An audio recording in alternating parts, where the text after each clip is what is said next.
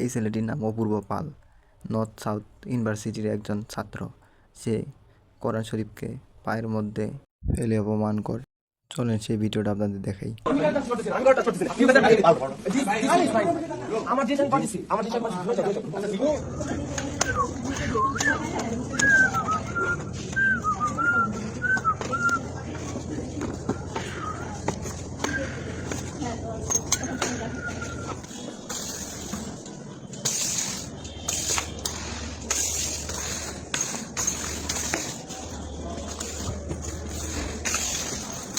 পরবর্তীতে তাকে ভার্সিটির সবাই মিলে ধরে বেঁধে রাখে এবং প্রশাসনের কাছে তুলে দেয় এবং মাপ চায়।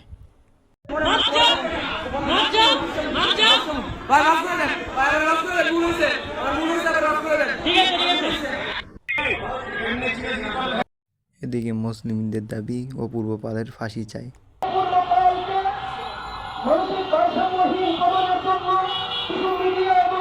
91% মুসলমানদের দেশে কীভাবে এভাবে কোরআনকে অবমাননা করানো হয়।